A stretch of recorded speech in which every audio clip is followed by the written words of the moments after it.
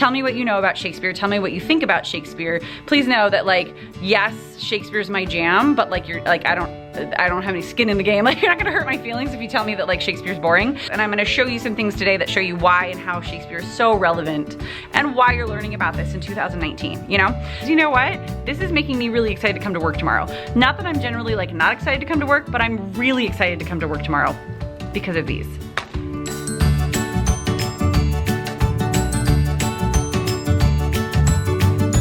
Hello, welcome to the Caffeinated Classroom. If this is your first time here, my name is Marie. I'm a high school English teacher in Southern California. I am nerding out so hard right now because I'm about to show you what I did today with all three of my classes. I teach one section of 10th graders and two sections of 9th graders. I'm on a quarter system, so I see my kiddos every day for about 90 minutes. And we did some stations today to start out our very last unit of the year, and I very specifically designed my curriculum this way to save my absolute favorite stuff to teach for the last. That happens to be Shakespeare. So I know English teachers out there like me, you're probably gonna be like, yeah, totally, or some of you are like, absolutely not. I get it, I totally get it. So fun fact about Marie, I was a drama teacher for 5 years here on my campus. I have a master's degree in theater, and that master's degree comes with kind of like a specialization in Shakespeare Studies, which basically just means that the lion's share of the courses that I took in my master's classes were Shakespeare Studies classes. So like, I geek out real hard when it comes to Shakespeare, and when it comes to teaching kids about the theater and about like Shakespeare's plays and how and why they are still relevant and why we are teaching them. So I want to show you what I did. Today, we did stations, which is something that I'm also like newly in love with. As of this year in my classroom, we've done stations to open every single new unit, including the first day of the year. It's such a cool and just smart, talk about student-centered approach to introducing new material, to practicing material that they already know, to just giving them small little snippets where I don't have to stand and lecture the whole time and they get to kind of guide themselves in some very cool ways. So the way that stations normally go is you have, you know, 5 or 6 around the room, and there's a certain amount of time that students have for each station. You set a timer, and I normally set it on like the screen behind me, and after the timer goes off, students get up and they switch around the room. Well, today I decided, since it is, you know, the second week of May and my kiddos are pretty used to stations now, and the stations that I have set up to introduce Shakespeare have varying lengths of time that are like, some of them take like 25 minutes and some of them take like 4. So I was like, there's no happy medium here. Like, I don't want to cut anything out of the 25-minute activity, and the 4-minute activity to like lengthen it is just kind of painful. So I said, we're gonna do stations, but we're gonna do them like an open house. And I basically just set a giant timer up on the board one time, and I gave them an hour of our 90 minutes and said, you need to get all 6 activities done. Before I start showing you all the activities, and I will totally go through and show you kiddos working, because stations are cool. It's different from their other classes normally. And so they just get to like mingle a little bit. It's a little bit like less structured. I mean, it's still structured, but it's just less like formal feeling, I think, for students. And I've just noticed that they get a lot more out of the like building social and historical context for a novel or a play or like whatever we're getting into for the unit this way than they would the way I used to do it, which is where I would just like get up and teach, or like show just a documentary and then talk about it and give them a bunch of terms, which isn't bad. I'm just noticing them getting a lot more out of, rather than a whole documentary, they watch a short video. It's like 10 minutes long. And then rather than having 25 terms, they get the most important 15 at a station. I'm just seeing that the smaller chunks of learning are creating a much more, just a much deeper understanding. So yay, stations. And I'll link some things down below. Really, where I was hearing about stations the most was from Abby from Ride On with Miss G. And so I'll link down below. She has a bunch of blog posts about it, so I'll just let you like see those. But anyways, I've been holding in my hand, ta-da, a little Shakespeare folio that I made for my students. And it has all like different places for them to write the information that they're getting at each of these stations. Sometimes I'll give them a sheet that organizes it all. Sometimes I'll just have them like, I'll give them specific instructions like on task cards or on task sheets at each station for like what they need to write, and they'll just do it in their composition book. I used to make like little pamphlets and booklets and stuff like this when I was a new teacher all the time, and I just was like, you know what, I want to go back. And it kind of brings in the whole idea of like a folio from William Shakespeare and all of that. So I'm going to show you what is inside this, and that way I can kind of talk you through what each of the stations are, and then I will show you what it was like with the students actually doing them.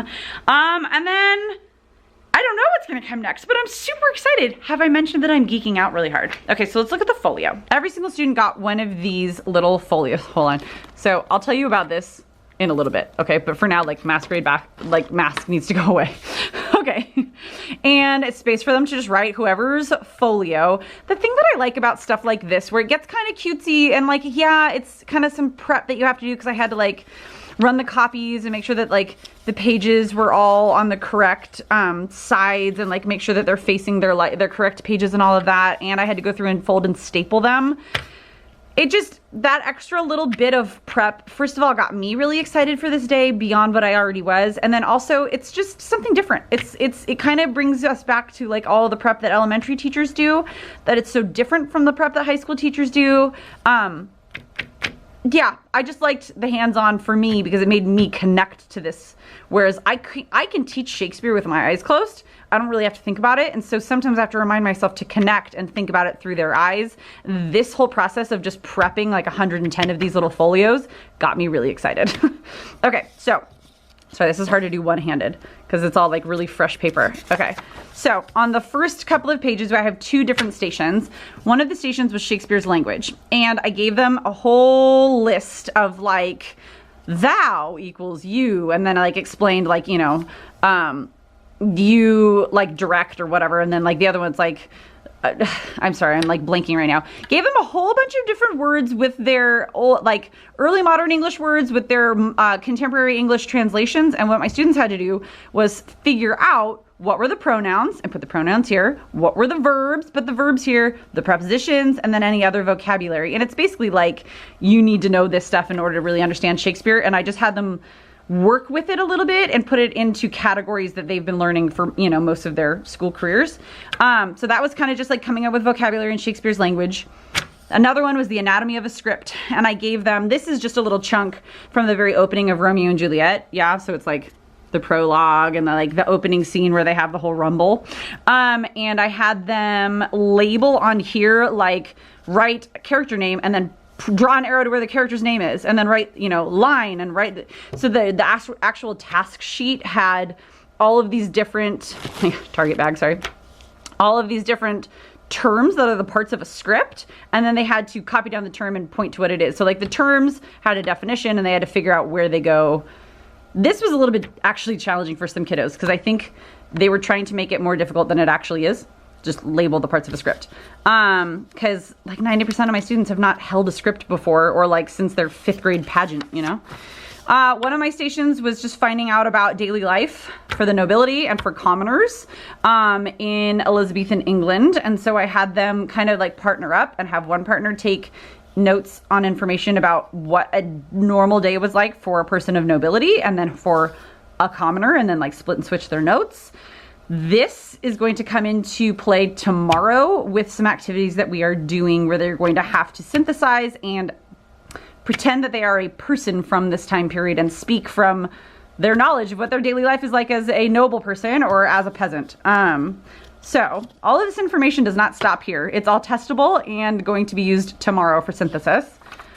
Another station was a character map, and I had a little like, it's basically just a character web, right? Where you have all the different character names and then you connect them with like lines and then how they are related to each other, like whatever the relationship is all over. So I had like that just in the centerfold, and I just had the scripts for my sophomores, A Midsummer Night's Dream, and for my freshmen from Romeo and Juliet I just opened it up to the character list and it explains like, nurse, Juliet's maid and nanny, you know, like Lady Montague, Romeo's mother. And so that, oh, my lights went off. And so that just helped them like fill in and just kind of figure that out, and got their hands on the script itself. And then my last, oh gosh, hold on. And then my last two had to do with another thing of information, which is just the Elizabethan Renaissance, or like the English Renaissance, right? Just some like basic basically where Shakespeare fit into the political climate of what was going on during the time, and like talking about his contemporaries and his rivals and how he was sponsored by and in the favor of Elizabeth the First, and just kind of like getting into that bit beyond like the daily life of a person from Elizabethan England. And then this was so cool. So Shakespeare Settings, we actually did a Google expedition to go to 6 of the most common settings of Shakespeare's plays. And quite frankly, that was like the coolest part. So I will go and grab, hold on, let me go grab the goggles. On the task sheet for the Shakespeare Settings stations, I put a QR code that led students to the App Store where they would download the app Google Expeditions. And it's a free app, and if I were to do this again, I would definitely have them download it like the day before, because I just didn't think it all the way through. It just took a little bit of time that could have been spent exploring, waiting for this app to download. And it was so cool. So like one of the expeditions that is in Google Expeditions, and this is my first time using this VR at all, was yesterday afternoon, and then today with my students. I could have taken them all on a guided tour, or taken like chunks, you know, like sections of students on a guided tour of all of these different locations, these different scenes as they're called. But I was like, I just want them to explore on their own. They're 15, 16 years old. Like, let's just let them go. And so what they did is they downloaded the app to their phone, or they like paired up with somebody whose phone was like moving fast or whatever if their phone wasn't working, and they put it into one of these little contraptions, these little like viewers. And what they can do is that you can't like walk through it like you can through like a VR game, which kind of threw some of them off because they're used to playing like VR games. But they like turn around, and it's a 360, and you can see the sky and part of the ground view of whatever this landmark is. So like the first one that they get is England, and it's London at Westminster Abbey, and you look up and you see the big towers of Westminster, and like there are these different ways to like focus in and like click on the screen, and information will pop up of little like points of interest. And it was just so cool because it's so different from what they're used to doing in an English class, especially. And I started the whole day off, side note, I started this whole day off by asking like, tell me what you know about Shakespeare, tell me what you think about Shakespeare. Please know that like, yes, Shakespeare's my jam, but like you're like, I don't have any skin in the game. Like, you're not gonna hurt my feelings if you tell me that like Shakespeare's boring, because I know where that's coming from, and I'm gonna tell you why I don't think it is. And I'm gonna show you some things today that show you why and how Shakespeare is so relevant, and why you're learning about this in 2019, you know? So this whole Google expedition was like a total hit, and kids were like, not hurrying, but hurrying to finish the other part so they could come back to the part of the room where the goggles or like the viewers are, so they could like look around more. And my favorite one of the scenes is Italy, and it's in Verona, Italy, and it's meant to be like the Capulet. It's like what is said to be the Capulet's like courtyard, and there's like Juliet's balcony where Shakespeare was supposedly envisioning the scene between Romeo and Juliet, the balcony scene. Like, I don't know. I nerded out so hard, and I think that it rubbed off on my students. And so they got really into it. Like, it was really fun. It's kind of hard to impress teenagers, period, but it is kind of hard to impress our teenagers now, 2019 teenagers, with technology. They're so widely, like, they have easy access to so much cool technology that to make like a classroom activity impressive to them takes a little bit. And I didn't think that I was gonna get quite the reaction that I did, especially out of some of the kids whose reaction were so big. It was just so cool. So I want you to take a look, and then I'm going to show you, I'm gonna give you a little sneak peek into my plans for tomorrow, because it's actually something I've been working on for the Keeping the Wonder workshop. If you don't know what I'm talking about, make sure you follow Keeping the Wonder workshop, or I think it's just Keeping the Wonder on Instagram. It is an amazing professional development workshop, but there's also a virtual workshop. So there are in-person ones, there are virtual ones for English language arts educators, and I am speaking at the one this summer in Kentucky, but I'm also going to be making a video of kind of the activities that I am doing tomorrow for the virtual workshop. So I'm not gonna tell you a whole lot of specifics. Take a look at my stations, and I'll check in with you guys in a sec.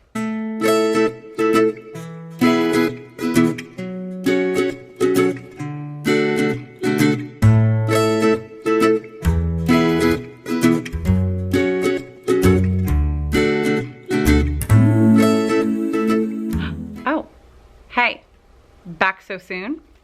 Okay, so here's a little sneak peek. we're having a little masquerade ball tomorrow.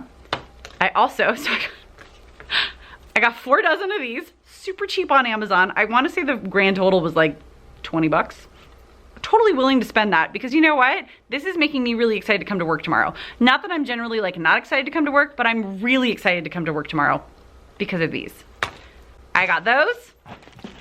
And another Amazon find, I'll link this stuff down below in case you're interested in doing this, is they're called like Harry Potter candles, and they are LED battery operated candles, and they like flicker, and I'm gonna put them all over the room. We're gonna have a masquerade ball. You know what? This is making me really excited to come to work tomorrow. Not that I'm generally like not excited to come to work, but I'm really excited to come to work tomorrow because of these. And basically, we're gonna do a few activities that will help, that will practice their speaking and listening skills, all the while taking in the information that they learned from today's stations, processing it, synthesizing it, and using it in a creative fashion. That is what I will tell you. I am really excited because I don't know if you can see behind me the ASMR that I have going on.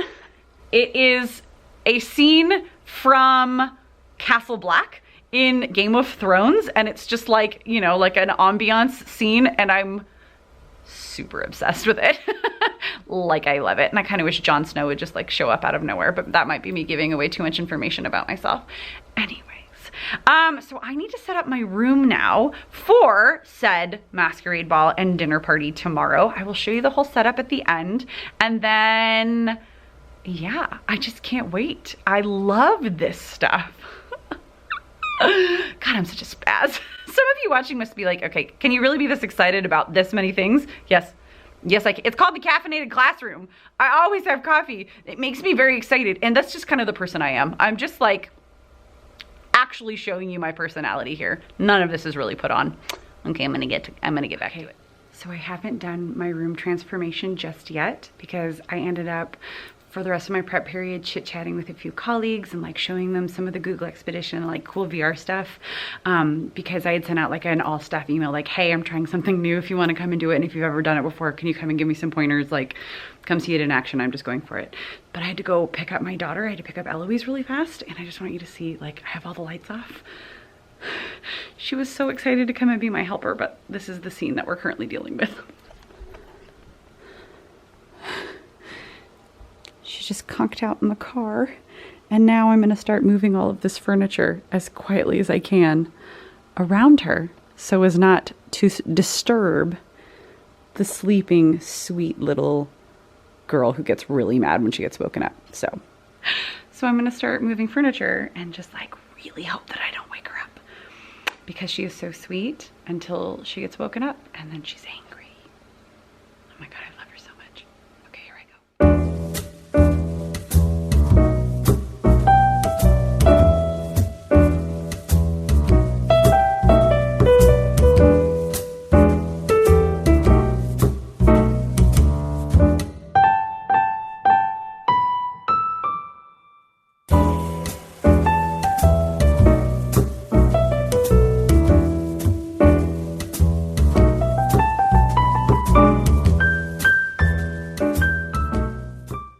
Okay, so now that little miss is awake, I have the lights back on. I mean, the biggest part, like I'm doing a classroom transformation, right? Which sounds extremely overwhelming, I think, and that's why I haven't really done one yet, because I'm like, well, my classroom's so decorated already. What sort of a transformation do I get to do? And like, how much stinking work is it going to be? Truly the work, and why I'm so out of breath right now, is just moving the tables and stuff. And I was gonna have students help me with it earlier, but I wanted time and space to like think it through for this first time that I do this in this classroom. Oh my gosh, the vein coming out of my neck. I need more physical activity in my life, clearly. But now that I've done it, it's like really not that bad. And I love moving the stuff around the room because it just like reminds me how much stinking space I really do have.